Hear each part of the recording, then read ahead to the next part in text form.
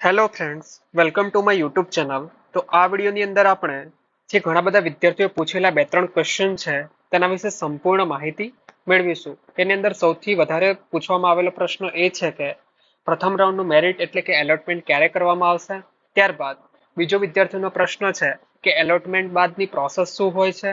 ત્યારબાદ એ વિદ્યાર્થીઓ college reporting કઈ રીતે કરાવવાનું હોય છે તેના વિશે સંપૂર્ણ માહિતી આ વિડીયોની અંદર આપણે મેળવી. તો સૌથી પ્રથમ પ્રશ્ન છે કે પ્રથમ રાઉન્ડનું મેરિટ એટલે કે એલોટમેન્ટ ક્યાર સુધી કરવામાં આવશે.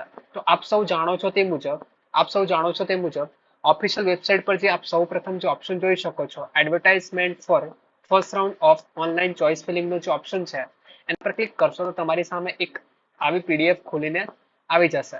આની અંદર આપ જાણો છો તે મુજબ અહીં જે દર્શાવ્યા મુજબ પ્રથમ રાઉન્ડ છે એની પ્રથમ રાઉન્ડની ચોઇસ ફિલિંગ 25/8/2024 થી લઈને 29/8/2024 ના બપોરે 12 વાગ્યા સુધી ચોઇસ ફિલિંગ માટેની તારીખ આપવામાં આવેલી છે.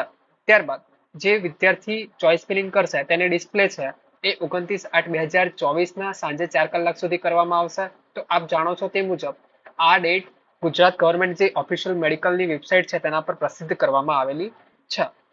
તો હવે આપણે જે પ્રથમ રાઉન્ડનું ચોઇસ ફિલિંગ છે એ તારીખ કઈ છે? 25/8/2024 થી 29/8/2024 સુધી કરવામાં આવશે. ત્યારબાદ ચોઇસ ડિસ્પ્લે કરવામાં આવશે અને ચોઇસ ફિલિંગના છેલ્લા દિવસથી એટલે કે 29/8/2024 થી લઈને આ 5-6 દિવસ બાદ મેક્સિમમ અથવા તો અમુક ટાઈમ તો 2-3 દિવસની અંદર પણ ડિસ્પ્લે કરી દેવામાં આવતી હોય છે અથવા તો તે દિવસે જ જે એલોટમેન્ટ છે એ કરી દેવામાં આવતું હોય છે. પણ મેક્સિમમ આપ જાણો તો 5-6 દિવસની અંદર તમારું જે પ્રથમ રાઉન્ડનું એલોટમેન્ટ છે એ કરી દેવામાં આવતું હોય છે. આ હું પાછલા વર્ષોની અંદર જે પ્રથમ રાઉન્ડનું એલોટમેન્ટ હતું એ મુજબના એ કમ્પેરિઝનના મુજબ કહું છું.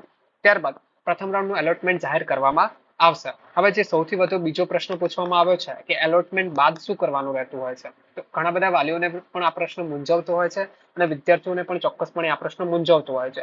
તો એને આપણે સરળતાથી સમજીએ. સૌથી પ્રથમ એલોટમેન્ટ બાદ શું કરવાનું રહેશે. એની અંદર બે કેટેગરીના વિદ્યાર્થીઓ હશે, એટલે કે અમુકને એડમિશન મળી જશે અને અમુકને એડમિશન નથી મળતું, એટલે કે મેરિટ પ્રમાણે હોય છે, રેન્ક પ્રમાણે હોય છે. તો સૌ પ્રથમ જે વિદ્યાર્થીને એલોટમેન્ટ થાય છે અને એ વિદ્યાર્થીને પ્રથમ કેટેગરીના વિદ્યાર્થીઓને વાત કરીએ તો એલોટમેન્ટ થઈ ગયું છે અને એ વિદ્યાર્થી જે કોલેજમાં એડમિશન લેવા માંગતો હતો, જે કોર્સની અંદર એડમિશન લેવા માંગતો હતો, એને મનપસંદ કોલેજની ફાળવણી થઈ ગઈ છે. હવે એ આગળના એક પણ રાઉન્ડની અંદર ભાગ લેવા નથી માંગતો, કેમ કે એને જે કોલેજની પસંદગી અને જે કોર્સની અંદર જે કોલેજની અંદર એડમિશન લેવું હતું એ કોલેજની અંદર એડમિશન મળી ગયું છે. તો એ વિદ્યાર્થી શું કરવાનું રહેશે આગળ? તો એ વિદ્યાર્થી એ કોલેજની જે નિયત સમયગાળાની અંદર જે કોલેજની ફીસ છે એ ફીસ ભરવાની રહેશે અને એને પોતાનું એડમિશન કન્ફર્મ કરાવવાનું રહેશે. ફીસ કોલેજની પોતાની 6 મહિનાની જે ફીસ હશે 25,000 છે, તો તમારી જે 12,500 જેટલી ફીસ થાય છે એ તમારી ફીસ ભરવાની રહેશે. ફીસ ભરી દો છો, ત્યારબાદ ફીસ ભરીને તમારે નજીકના હેલ્પ સેન્ટરની અપોઇન્ટમેન્ટ લેવાની રહેશે.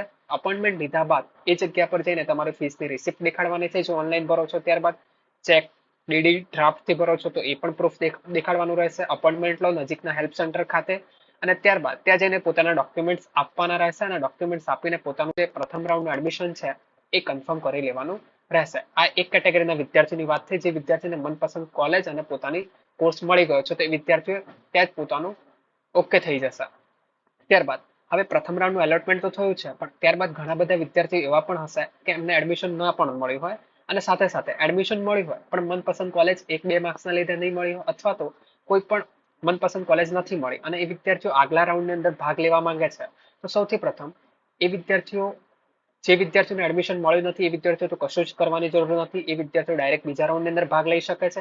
પણ જે વિદ્યાર્થીઓને પ્રથમ રાઉન્ડની અંદર એલોટમેન્ટ થયું છે અને એ વિદ્યાર્થીઓને મનપસંદ કોલેજ તો નથી જ મળી, તો એ વિદ્યાર્થીઓ જોડે મારી સલાહ મુજબ આપ એવું કરી શકો છો, જો આપને મનપસંદ કોલેજ તો નથી મળી પણ આપણે આગલા રાઉન્ડની અંદર જાઓ છો તો એના પહેલા આપ ચાહો તો આપ શું કરી શકો છો, એના માટે આપ પ્રથમ રાઉન્ડની કોલેજ છે એને કન્ફર્મ કરી લો. કન્ફર્મ એટલે કે એની ફીસ જે 6 મહિનાની ફીસ છે એને ભરીને કન્ફર્મ કરી લો.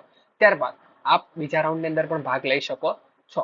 જેને નથી મળ્યું એને આગળની કઈ પ્રોસેસ નથી કરવાની, એને ડાયરેક્ટ બીજા રાઉન્ડની અંદર ભાગ લેવાનો છે. પણ જે વિદ્યાર્થીઓને પ્રથમ રાઉન્ડની અંદર એડમિશન મળ્યું છે અને જો આપ બીજા રાઉન્ડની અંદર ભાગ લેશો અને પ્રથમ રાઉન્ડની જે કોલેજ છે એના માટે પણ આપ લાયક રહેશો નહીં. એના માટે આપણે શું કરવાનું રહેશે, એની કન્ફર્મ કરી લેશો તો તમે એક સેફ પ્લેસ પર છો.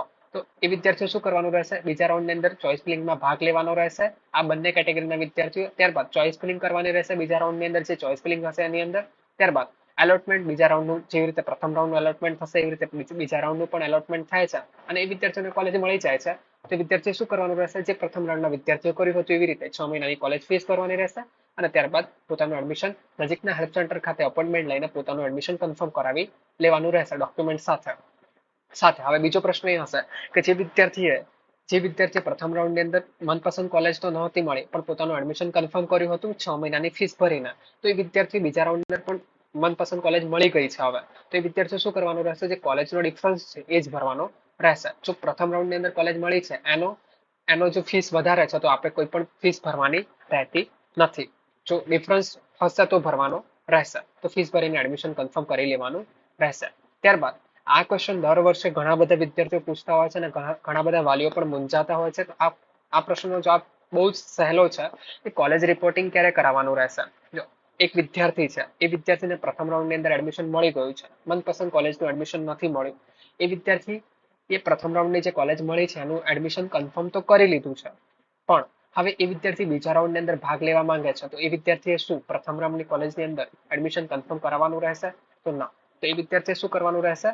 એ વિદ્યાર્થી જેટલા કોલેજનું રિપોર્ટિંગ આપ જ્યાર સુધી એડમિશનના રાઉન્ડ ચાલે છે ત્યાર સુધી કરી શકો છો. College reporting is not necessary at all. આપ છેલ્લે સુધી કરી શકો છો. કોલેજનું રિપોર્ટિંગ આપ નહીં કરાવો તો આપનું એડમિશન કોઈ પણ સંજોગોમાં કેન્સલ થતું નથી. એના માટે આપણે શું કરવાનું રહેશે? પોતાની ફીસ ભરી દો અને નજીકના હેલ્પ સેન્ટર ખાતે જઈને શું કરવાનું રહેશે? અપોઇન્ટમેન્ટ લેવાની રહેશે, ફીસ ભરવાની રહેશે અને નજીકના હેલ્પ સેન્ટર ખાતે જઈને પોતાના ડોક્યુમેન્ટ્સ વેરીફાઈ કરીને પોતાનું એડમિશન કન્ફર્મ કરાવીને એડમિશન લેટર લઈ લેવાનું છે. તો આ તમે આટલી પ્રોસેસ કરેલી હશે તો તમારું એડમિશન કોઈ પણ સંજોગોમાં કેન્સલ થતું નથી. ખાસ કરીને આ ક્વેશ્ચન ઘણા બધા વાલીઓને થતો હોય છે. કોલેજ રિપોર્ટિંગ નહીં કરાઈએ તો એડમિશન કેન્સલ થઈ જશે, તો નથી થતું. આપ કોલેજ રિપોર્ટિંગ છેલ્લે સુધી તમને કોલેજ જે મનપસંદ હતી મળી જાય છે. છેલ્લે આપ જે કોલેજ મળે છે એ કોલેજમાં જવા માંગો છો તો એ કોલેજમાં જઈને પોતાનું રિપોર્ટિંગ કરાવવાનું રહેશે. કોલેજ રિપોર્ટિંગમાં પણ મોસ્ટલી કયા કયા ડોક્યુમેન્ટ્સ હોય છે? તો એની અંદર પણ જે તમે એપોઇન્ટમેન્ટ લઈને નજીકના હેલ્પ સેન્ટર ખાતે જે તમારા એડમિશન કન્ફર્મ વખતે આપશો એ નોર્મલી એ જ બધા ડોક્યુમેન્ટ્સ તમારે એની ઝેરોક્સ કોપી તમારે સબમિટ કરવાની રહેતી હોય છે. જે તે કોલેજમાં તમારે એડમિશન થતું હોય છે એ કોલેજની અંદર તમારે સ્ટુડન્ટ સેક્શનની અંદર જમા કરાવવાની રહેતી હોય છે. નોટ આ ઘણા બધા વાલીઓને પ્રશ્નો હોય છે એટલા માટે નોટ પણ મારું છું કે કોલેજ રિપોર્ટિંગ ના કરાવવાથી એડમિશન રદ થતું નથી. આ વાત આપણે ધ્યાનમાં લેવાની છે. તો આ 3 પ્રશ્નો હતા જે વિદ્યાર્થીઓને ઘણી બધી રીતે ઘણા બધા વિદ્યાર્થીઓને વાલીઓએ પૂછેલા હતા વોટ્સઅપ અને કમેન્ટ્સ દ્વારા. તો આ 3 ક્વેશ્ચનોનો આ રીતે જવાબ છે. જો આ વિડીયો આપને પસંદ આવ્યો છો તો આ વિડીયોને પોતાના મિત્રો સાથે અને આ વર્ષે જે વિદ્યાર્થીઓ એડમિશન લઈ રહ્યા છે, જે પણ વિદ્યાર્થીઓને કોઈ પણ પ્રશ્ન મૂંઝવતો હોય તો આપ મને કમેન્ટ કરી શકો છો. હું ચોક્કસપણે ટાઈમ નીકાળીને તમારા કમેન્ટનો ચોક્કસપણે જવાબ આપીશ. જો આ વિડીયો આપને પસંદ આવ્યો છે તો લાઈક અને શેર અને સબસ્ક્રાઇબ કરવાનું ભૂલશો નહીં. Thank you.